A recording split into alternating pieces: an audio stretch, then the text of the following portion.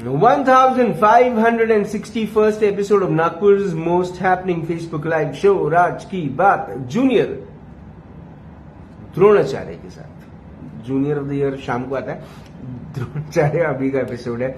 धन्यवाद करता हूं मैं पारिक ब्रदर जूलर्स का, जो अब इतवारी में तो है ही, लेकिन साथ ही साथ शंकर नगर भी आ गया है। टॉपसी टॉपी के बिल्कुल नीचे है पारिक ब्रदर जूलर्स, प्रेजेंटिंग राज की बात द्रोणाचार्य के साथ in association with quality sales, quality sales. मेरी आज की जो मेहमान है, she has been a physical instructor, a physical education teacher in a school for about 10 years, and then now she is at LED College as a PTI and a physical instructor, assistant professor in physical education, and past 12 years she's working with LED College.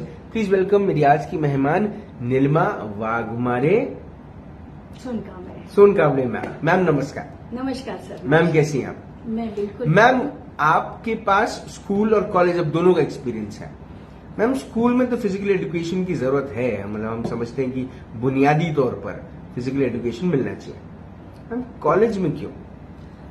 Sir देखिए, हम जब पैदा होते हैं तभी से लेके कहा जाता है कि खेल या जैसे बोलना चाहिए, ये गेम्स एंड स्पोर्ट्स एक आपके लाइफ का हिस्सा होता है जी। और ये जरूरी नहीं है कि सिर्फ स्कूल में ही उसको ये देना चाहिए, इम्पोर्टेंस देना चाहिए, कॉलेज में भी है। क्यों?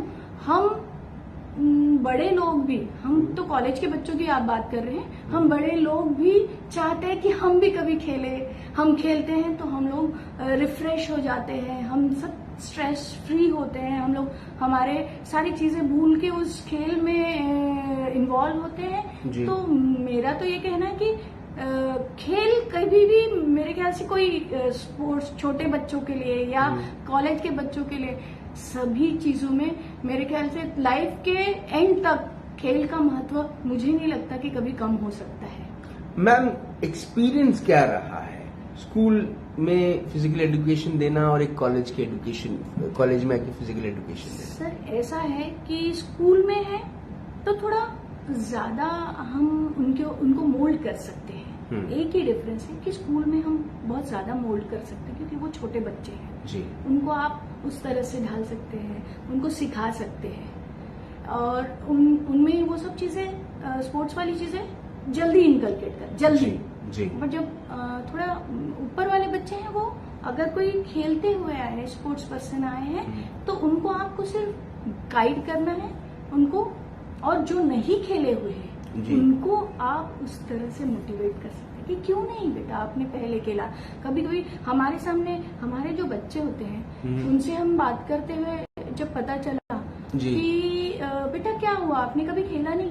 हाँ मैम, वो दौड़े थे ना, वो क्या नाम है उसमें जिसमें बैठना होता है, ये करना होता है जी, वो गेम खेले थे ना मैम। हाँ। लेकिन उनको उस तरह से शायद हमारे यहाँ जो बच्चे कोई लोअर मिडिल क्लास से आते हैं, उन्हें वो स्कूलों में कभी प्राधान्य ही नहीं दिया गया और उनमें से वो तराशा ही नहीं आया कि उनमें भी वो सब चीजें हैं। बिल्कुल। तो ऐसे जो बच्चे हैं कॉलेज में आके हम उनको कोशिश करते, प्रोत्साहन देते। आपको मैं बताना चाहूंगी कि हमारे यहाँ कोई भी, जैसे अभी हमारे तो सारे टीचर्स रिटायर हो गए, लेकिन हमारे यहाँ जो भी थे, हम कोशिश करते थे कि उनको हर चीज में, जैसे अरे बेटा तू क्यों नहीं कोशिश करती है ये कबड्डी खेलने, तू खो खो में बहुत अच्छा कर सकती है, तेरा बहुत अच्छा है। कोई चेस खेलने के लिए सिर्फ आते हैं फ्री पीरियड में, अरे बेटा तेरा तो बहुत अच्छा है इसमें, you can go for participation, at least participation तो होगा। बिल्कुल। हाँ, इस तरह से हम ढालते गए। आपको बताना चाहूंगी कि हमारे पास कोई विकेट नहीं था जब मैंने एलईडी ज्वाइन किया था, लेकिन हमारे एलईडी की एक बात बताना चाहती हूँ कि कुछ नहीं भी है तो हम हायर करके कैसे भी एडजस्ट करके हम लोग सारी एक्टिविटीज चलाते हैं। बीइंग क्या बोलते हैं, सेंट्रली लोकेटेड, हमारे पास एरिया नहीं है, आपने देखा होगा, लेकिन फिर भी हमारा कॉलेज ऐसा है कि हर चीज को बराबर मैनेज करता है। और दूसरी बात वही बता रही हूँ कि हमारे पास विकेट नहीं था, क्रिकेट विकेट नहीं था। जब मैंने इंटरव्यू दिया था तो मुझे बोला गया कि आप टीम बनाओगे। मैंने कहा मैम ये तो मेरा सबसे पहला ये रहेगा, प्रायोरिटी रहेगा। तो मैंने कहा हाँ, और ऐसे करते करते नहीं था तो ऐसा नहीं हुआ कि ये चीज मुझे रोक पाए। मैंने कहा कि बास्केटबॉल कोर्ट तो है, फिर उस पे मैंने प्रैक्टिस लेके आपको बताना चाहूंगी कि 8 से 10 बच्चे ऐसे होंगे जिनको क्रिकेट का सी भी नहीं पता था, और उनको कोशिश किया और वो बच्चे यूनिवर्सिटी पार्टिसिपेट कर चुके हैं। क्या बात है। तो इस तरह से हम मोल्ड कर सकते हैं, ऐसा नहीं है। और मैं ये चीज को मानती ही नहीं हूँ कि खेल जो है वो सिर्फ एक छोटे बच्चों के लिए या कोई एज ग्रुप के लिए सीमित है। आजकल तो हम देखते हैं कि college, offices, staffs, companies, they are having their own refreshing areas like sports, उनके लिए ऑर्गेनाइज करते हैं, उनके लिए पार्टीज ऑर्गेनाइज करते हैं, उनके लिए पिकनिक्स ऑर्गेनाइज करते हैं। तो ये सब चीजें क्या है, this is one of the thing that ये आपकी लाइफ का बहुत बड़ा हिस्सा है, इसको आप छोड़ नहीं सकते। मैम, क्या भारत का युवा कमजोर है शारीरिक तौर पर? क्योंकि भावुकता की जब बात आती है तो मैम वो राइट ऑफ एक्सप्रेशन का तो बहुत इस्तेमाल होता है। आप फेसबुक पे जाते हैं, इंस्टाग्राम पे जाते हैं और अपने मन की बात खुले तौर पे बोल देते हैं। कहीं अगर विरोध जाहिर करना है तो खड़े होकर आप नारे लगा लेते हैं, विरोध जाहिर कर लेते हैं। लेकिन जब बात फिजिकल एजुकेशन की आती है, फिजिकल एक्टिविटीज की आती है, तो मैम हमें एक एक छोटे से मोबाइल फोन ने इतना बांध दिया है कि अब भारत का युवा ग्राउंड पर नहीं उतरना चाहता, फिजिकल एक्टिविटीज नहीं करना चाहता, जिम में घुसकर डंबल उठाकर बॉडी बनाना चाहता है, लेकिन खेल कूद नहीं करना चाहता। नहीं, वीक नहीं कहूंगी मैं इस चीज के लिए, वीक नहीं है, लेकिन हाँ आप कह दीजिए मैम है नहीं। हमारे भारत का युवा वीक नहीं है जी। बस थोड़ा उनको चैनलाइज करने की जरूरत है।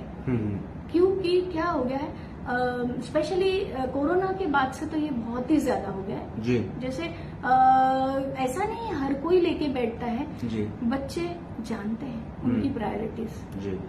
कुछ लोग नहीं अगर समझ पाते तो चाहे वो शिक्षक हो, चाहे वो घर वाले हो, या और दोस्त भी बहुत अच्छा रोल निभाते हैं जी। अपने पीयर ग्रुप जो होता है वो बहुत अच्छा रोल निभाता है अपने करियर को मोल्ड करने के लिए। इसका बहुत बड़ा उदाहरण मैं भी हूँ, क्योंकि हम लोग जब खेलते थे और किसी कारणवश क्या हो गया, मैं 88 से स्टार्ट किया था मैंने क्रिकेट खेलना जी। मुझे तो पता भी नहीं था, मैं तो बहुत छोटी सी थी जी। तब से मैं सबके बीच में जाके खेलना चालू कर दी थी। मुझे किसी ने ऐसा बॉल ऐसे डालना या बैट पकड़ना ऐसा बताया नहीं था। बाद में मैं हमारे कोचेस और वो सब आए, हमारे वक्त तो कोचिंग का उतना था भी नहीं। हाँ। जी जी। तो तब क्या हुआ कि खेलते गई, तब मैं इन हुई, उसके बाद से मुझे नहीं याद है कि मैं अगर रानी झांसी के लिए भी सिलेक्ट हुई तो मैं कभी बाहर बैठी हूँ जी। मैंने 11 में ही खेली हूँ। तो उस 2000 में मैं इंडिया प्रोबेबल्स के लिए सिलेक्ट हुई थी। वाओ। तो आपको वो भी एक शेयर करना चाहूंगी कि हमारी मदर बहुत ज्यादा पढ़ी लिखी नहीं थी, पापा की जगह पे उनको जॉब मिली और उन्होंने सिंगल हैंडेडली हमको एक तरह से संस्कार दिए कि आज हम यहाँ हैं सर जी। तो मैं ये सोचती हूँ कि जब मेरा सिलेक्शन हुआ तो मैंने एमबीए फर्स्ट ईयर पूरा कंप्लीट कर लिया था और मेरे साथ सिर्फ एग्जाम बचे थे। जून महीने में मेरा कैंप लगने वाला था जी। आपको पता है हमारे पापा भी रणजी प्लेयर थे, लेकिन कुछ इकोनॉमिकल कंडीशंस और कुछ चीजों की वजह से he could not go ahead. मैंने तो देखा भी नहीं उनको। आई वॉज 1.5 और 2 years ओल्ड जब वो गए। हाँ, तो वो इनकलकेट ही हो गया अंदर से, इनबॉर्न है खेलना। सो मम्मी को मैंने पूछा आई आता म्हणजे माझं सिलेक्शन झालं पण माझी परीक्षा आहे कसं करायचं। तर मम्मीने क्या बोला, मम्मीने कहा बेटा परीक्षा तो तू पुढच्या वर्षी पण देऊ शकते पण हा चान्स तुला परत नहीं येऊ शकत। क्या बात। तो देखिए हम सोचते हैं लेकिन हमारे यहाँ की मम्मियाँ भी इतनी स्ट्रांग है कि जिनको मालूम भी नहीं है इन सब चीजों के बारे में, वो भी ये समझती है और वो करते हैं, प्रोत्साहन देते हैं। तो उस वक्त पे मैं 2000 में जब सिलेक्ट हुई, फिर उसी के बाद डायरेक्टली मैं गई थी रेलवे के ट्रायल्स देने के लिए। वहां से आने के बाद तो मेरा सिलेक्शन नहीं हुआ। आई डोंट नो, हो सकता है मैं कम पढ़ी जो भी। सो मैं बहुत थोड़ा सा शांत हो गई थी, या फिर सोचो कि पता नहीं क्या करूं, अभी कुछ नहीं, इसके बाद कुछ नहीं है, ऐसा शायद एक मोड़ आया था मेरे। सो मेरे फ्रेंड, मैं बहुत ऐसे रहने लग गई थी। आप बिलीव नहीं करोगे मेरे फ्रेंड्स ने क्या कहा। हमारा आज भी हम 30-35 साल से साथ में हैं। एक दूसरे के लिए, भले नहीं मिल पाती, मैं नहीं मिल पाती हूँ, लेकिन वो लोग हैं। तो कहते हैं कि ये जो है ना, तेरा खाली दिमाग है, ये बस बंद कर, कुछ काम ढूंढ, कुछ कर, जॉब कर, तो ये सब निकल जाएगा जी। सो ये बहुत बड़ी बात थी सर। और मैंने जॉब ढूंढा, मैं कोशिश करती गई, और इसी दौरान में मैंने स्वामीनारायण में हाफ मंथ काम किया सर। और उसके बाद भवंस की जॉब का निकला, और मैंने कोशिश की, और मुझे जॉब लग गई जी। अब वो मैं इतना डिटेल में कैसे बताऊं कि हम लोग 40-50 लोग थे, उसमें से 4 लोगों का सिलेक्शन हुआ। क्या बात। डेमोन्स्ट्रेशन के लिए। उसके बाद मैं वहां लगी, और 10 साल मेरे बहुत अच्छे गुजरे, बहुत सीखने मिला भवंस में। तो देखिए, एक पीयर ग्रुप का जो इफेक्ट होता है, हो सकता था वो बोलते थे अरे हाँ, अरे तेरे साथ ऐसा हो गया, तेरा क्यों ऐसे, तेरे साथ ऐसा नहीं होना चाहिए था, इन लोगों ने गलत किया। It was not there. So I am here, my family packed me. मैंने कभी नहीं देखा कि मेरे फैमिली ने बोला तू इतने दूर जाती है, क्यों जाती है भाई। मैं नियर अबाउट जरीपटका से विद्या विहार आती थी सर। मेरे ख्याल से तब मैं 6th में वगैरह होंगी, 6th-7th में होगी। तो शायद 14 किलोमीटर है, 28 किलोमीटर सुबह और 28 किलोमीटर शाम। अगर मैं साइकिलिंग करती थी तो आज मुझे वो पे कर रहा है। जो मेहनत करते हैं, तो थोड़ा सा हमारी फैमिलीज, हमारे टीचर्स और सबको थोड़ा सा उस बच्चों को चैनलाइज करें ना, तो सब आ जाएंगे। हमारे यंग जनरेशन वीक नहीं है, सिर्फ चैनलाइज करना है। मैम, कैसे चैनलाइज करती हैं एलईडी कॉलेज में फिजिकल एजुकेशन आप?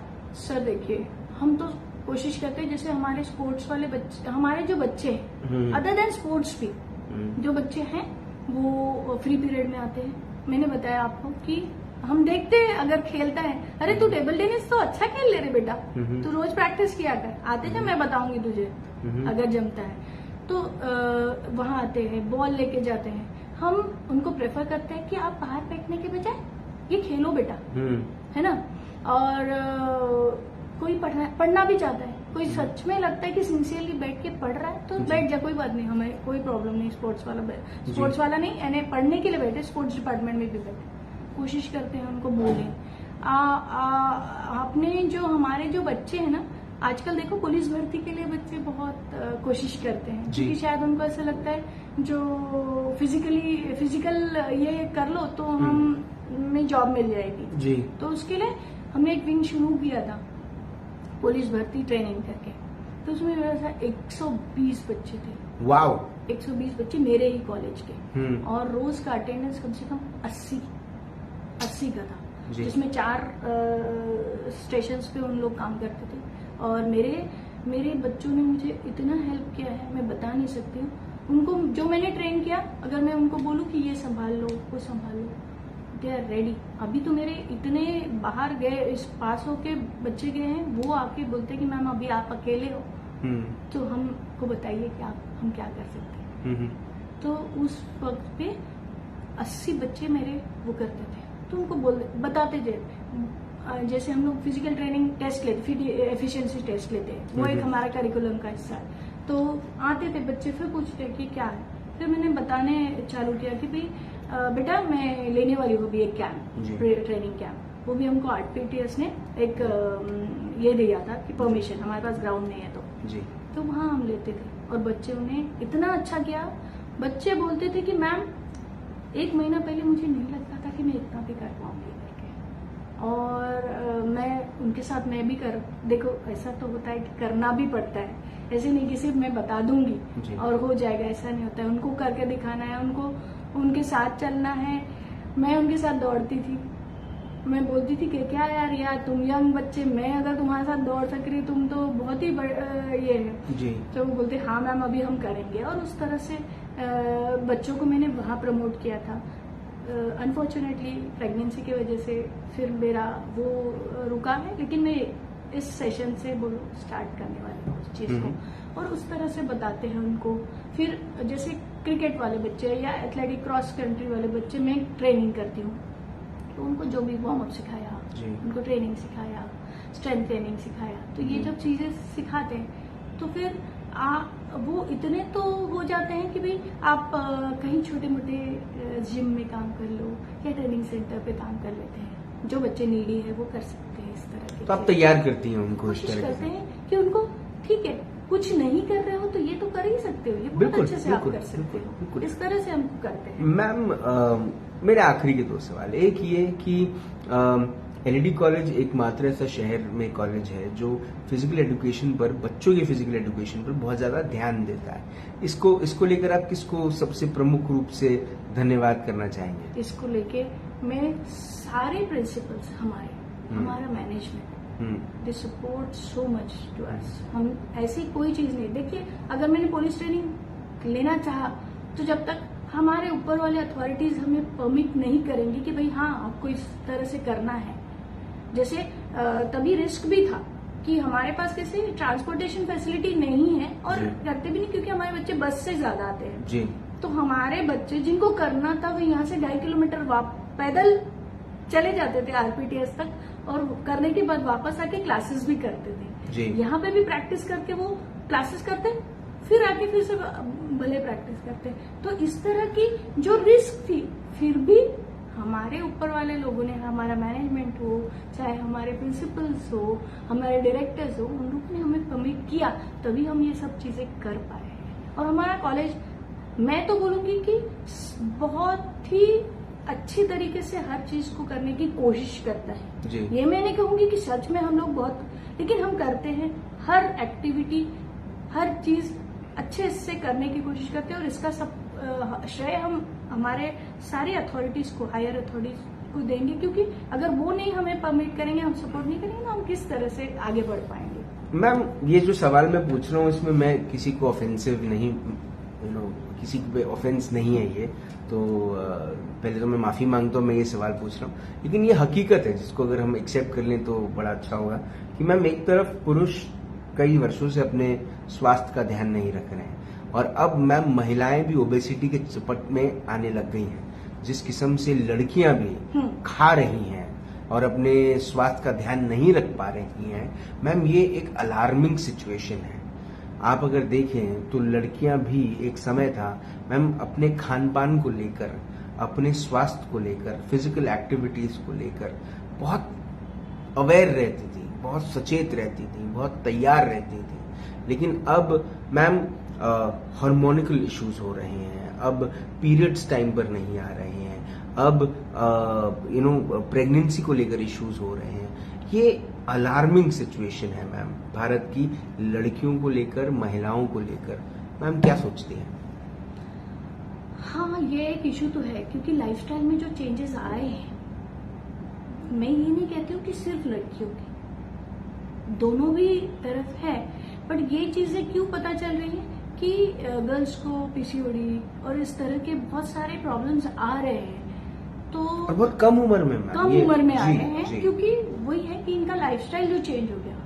जिस तरह सर पहले क्या होता था, स्कूल आपको पता है स्कूल कैसे होता था? हमारा स्कूल तो ऐसा होता था कि सुबह का छोटे बच्चों का, दोपहर का बड़े बच्चों का। बिल्कुल। तो यू नो कि सुबह का टाइम बच्चों को मिलता था, बड़े बच्चों को, शाम का टाइम छोटे बच्चों को मिलता था। आज वो है?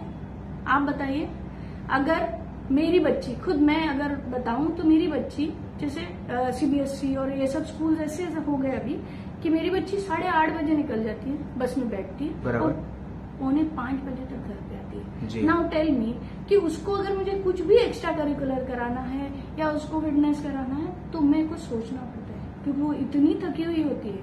तो ये भी तो चीजें मैटर करती, डोंट यू थिंक? बिल्कुल, क्योंकि लाइफस्टाइल बच्चों को इस तरह से ही हो गया।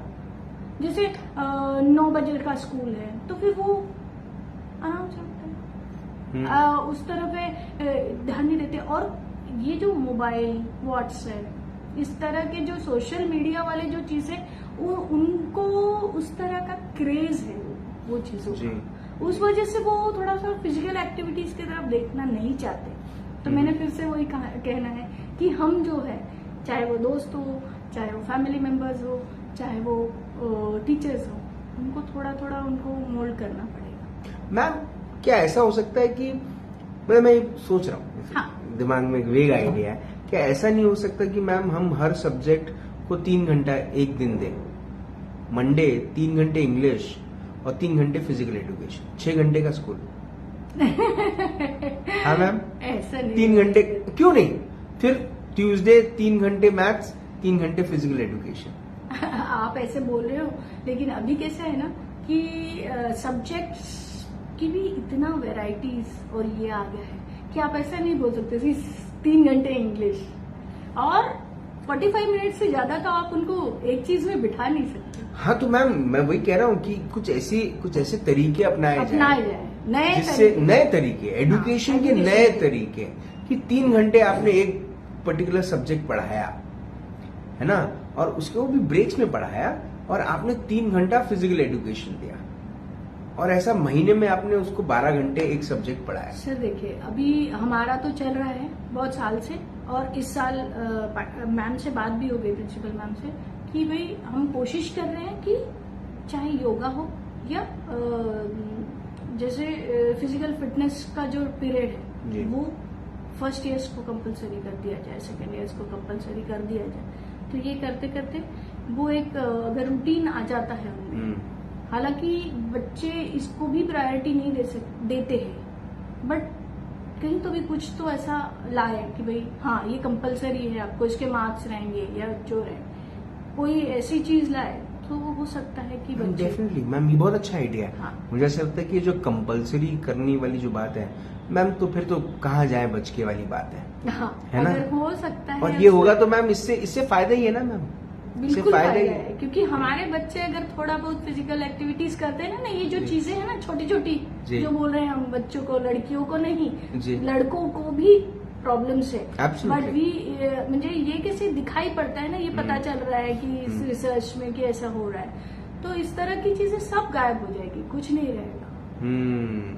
चलिए मैम, मुझे ऐसा लगता है कि फिजिकल एजुकेशन को लेकर आपकी जैसे प्रोफेसर्स का रोल एक बड़ा इंपॉर्टेंट रोल है, बिकॉज आप सिर्फ एक सब्जेक्ट के तौर पर ही नहीं बच्चों को सिखाते हैं, लेकिन बच्चे अगर उस सब्जेक्ट को सीरियसली ले लें तो मैम वो उनके जीवन भर का एक सब्जेक्ट हो जाएगा। बिल्कुल, कुछ भी कर सकते हैं वो, क्योंकि स्पोर्ट्स ऐसा वास्ट चीज है कि आप कोई भी, क्योंकि स्पोर्ट्स में मैनेजमेंट सीखना है तो आप जैसे आजकल तो वेडिंग प्लानर्स और ऐसे सब, ये तो ऐसे करते हैं स्पोर्ट्स वाले बच्चे, क्या एक प्रोग्राम करना है, टूर्नामेंट करना है, तो वो तो ऐसे करते हैं, तो वो ये सब चीजें तो कभी भी कर सकते हैं। जो स्पोर्ट्स वाला बच्चा सीख के निकलता है ना, वो कोई भी फील्ड में जाके कर सकता है, ये मेरा मानना है। मैं तो हर मेरे स्पोर्ट्स वाले बच्चों को मैं बोलती हूँ कि बेटा वी आर स्पेशल जी, क्योंकि स्पोर्ट्स वाले बच्चे ऐसे होते हैं कि वो सिर्फ पढ़ाई नहीं कर रहे होते, वो पढ़ाई भी कर रहे हैं, वो घर का भी काम कर रहे हैं, वो स्पोर्ट्स भी खेल रहे हैं, प्रैक्टिस कर रहे हैं, मेहनत कर रहे हैं, मल्टीपर्पज। तो इस तरह से वो कहीं पे भी कोई भी एरिया में, ये तो मेरा मानना है कि कोई भी एरिया में बच्चे एक्सेल कर सकते हैं। मैम, आपने अपना वक्त दिया, आपने हमसे बात करी, आपने हमें इंस्पायर किया, उसके लिए बहुत बहुत बहुत धन्यवाद। Thank you so much sir, thank you so much. Super. Nilima ma'am से मुलाकात हुई, नीलिमा वाघमारे सोन कामड़े मैम से बात हुई, मुलाकात हुई in this exclusive episode of Raaz की बात। एक बड़ी अच्छी बात जो मुझे मैम की लगी, वो लगी कि वाकई में जो स्पोर्ट्स खेलते हैं ना, वो कुछ भी कर सकते हैं, क्योंकि स्पोर्ट्स आपको क्या क्या सिखाता है। स्पोर्ट्स आपको मैनेजमेंट सिखाता है, स्पोर्ट्स आपको जीतने की भावना सिखाता है, जीतने का उल्लास आपके मन में जगाता है, और हार को एक्सेप्ट करना भी सिखाता है, और हार को जीत में बदलने की ये जो पूरी की पूरी कोशिश है, ये करना सिखाता है। एक खेल के अंदर में आप टीम को कैसे लेकर चल सकते हैं, वो आप सीख सकते हैं, और आप किस तरह से एक टीम को जीत तक लेकर जा सकते हैं एज अ कैप्टन, वो भी आप सीख सकते हैं। प्रॉब्लम सिर्फ इतना है कि हम जो गेम आजकल खेल रहे हैं वो मोबाइल पे खेल रहे हैं, और ये जो मोबाइल के जो गेम है, ये हमें कुछ नहीं सिखा रहे हैं। छोटे छोटे बच्चे बड़े बड़े एम्यूनिशन के नाम जान रहे हैं, जबकि उन्हें शायद कुछ ऐसी चीजों का ज्ञान मिलना चाहिए जिससे उनकी जिंदगी में प्रगति हो। पबजी ये बैन हो गया था बीच में, अब फिर शुरू हो गया है। दुर्भाग्य की बात यह है कि छोटे छोटे स्कूल के बच्चे भी पबजी खेल रहे हैं। सरकार को शायद इससे कोई बहुत बड़े मुनाफे मिल रहे हों, लेकिन बच्चों को इससे कोई फायदा नहीं हो रहा है। उम्मीद है मोबाइल गेम्स बंद हो जाएं, उम्मीद है बच्चों को मोबाइल का इस्तेमाल पेरेंट्स न करने दें। उम्मीद है कि बच्चों को फिजिकल एजुकेशन, स्पोर्ट्स को लेकर स्कूल के मैनेजमेंट जागे, कॉलेज के मैनेजमेंट जागे और बच्चे घरों से निकलकर मैदान में आए। उम्मीद है जिंदा रहे। जय हिंद।